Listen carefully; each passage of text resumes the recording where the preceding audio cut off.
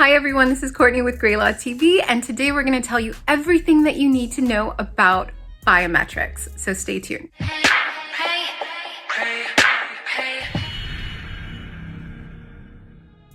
Thank you for watching GrayLaw TV. Thank you to all of our subscribers. If you haven't subscribed already, be sure to hit that like and subscribe button, and the little bell is the notification button. And that way you'll be notified when a new video is about to come out. That happens every Wednesday. And Humberto and I are typically live chatting during those, so you can ask us anything about immigration and we'll be sure to get you an answer. So many immigration cases, when you file them, they require you to take something called biometrics. You filed your application and then you get this notice that says your biometrics appointment is happening on this day at this time, telling you where you need to go. What is this, right? What is a biometrics notice? What is this appointment? If you have a lawyer, your lawyer tells you that they're not going with you. Why not?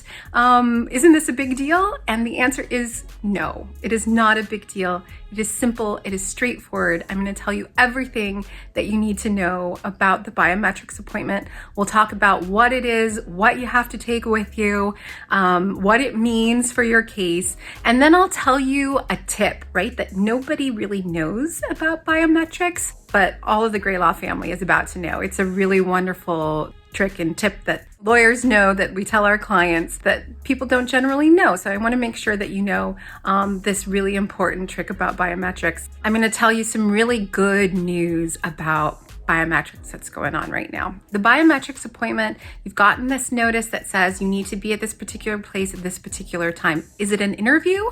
No, it's just your fingerprints. Okay, that's all that they're taking. They're taking your fingerprints so that they can do a background check, so that they can be sure you are who you say you are and that you don't have, a long history, a long criminal history, right? If you do have a criminal conviction, you want to talk to an attorney about what this means for your case. But for most people, they're just taking your fingerprints. Okay, it's not a big deal. They're not going to ask you any questions. What do you need? You need your appointment notice and you need a valid ID. Okay, and so that can be your driver's license, that could be your passport, as long as it's something with your photograph issued by the government, and it's current, right? So they want to see a valid current ID and that appointment notice, and they'll let you write in, and you typically fill out a form with your name, and it's very straightforward, it's simple, all things you know, and then they'll take your fingerprints, and then they'll take your photograph, okay? And that's it. That's all they do that day. It's 10 minutes beginning to end. Sometimes there's a wait, but when it's your turn, it only takes 10 minutes. Nothing to be nervous about. I do not want you to worry at all, okay? Do not lose any sleep. Do not stress. It is so simple and straightforward, and no one's asking you any questions. It is not a test. It doesn't impact your case, okay? If you're nervous, sometimes your print won't show up, so they'll have to do it over and over again if you're sweaty, right? So it's really no big deal. Wear whatever you want. It's really casual. It's nothing to worry about, okay? And that's why lawyers don't go with you. It really is no big deal. If we thought that there was anything that could possibly go wrong, we would be there.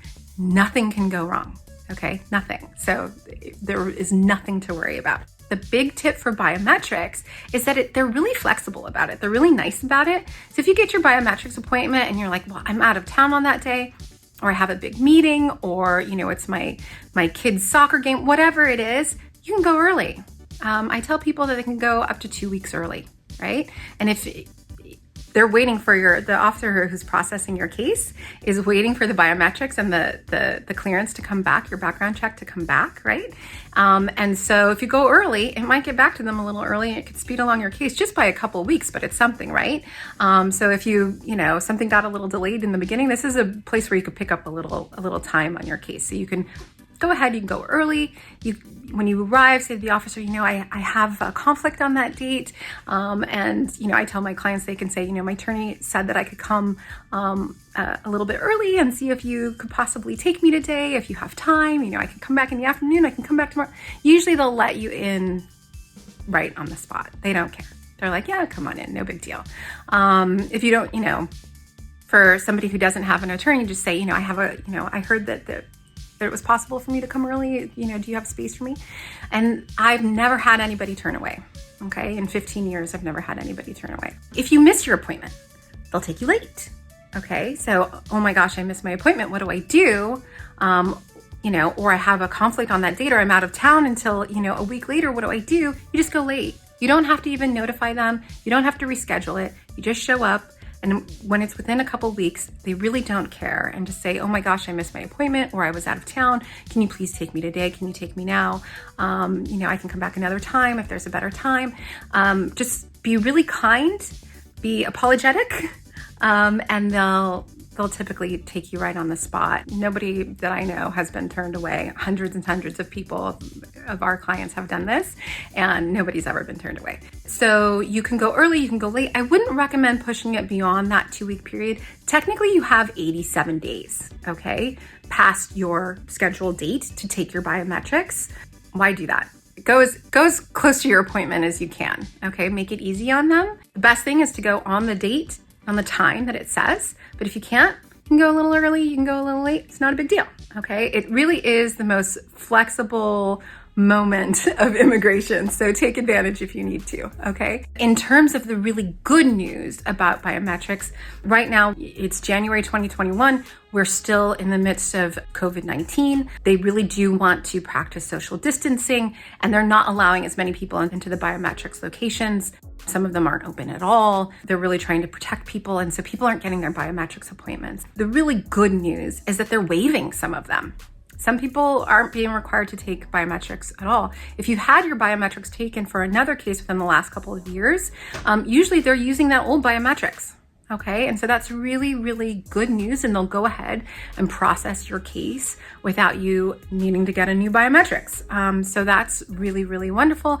And for everyone else, you just got to hang in there, and they'll, you know, slowly things will start to reopen, and you'll get your notice, and you'll be able to take your biometrics. We've been seeing a lot of cases, a lot of I-751s, green cards. We've been seeing employment authorizations approved, and those biometrics are being waived. And another tip, we have been filing with that $85 biometrics fees. We've been sending that fee on a separate check.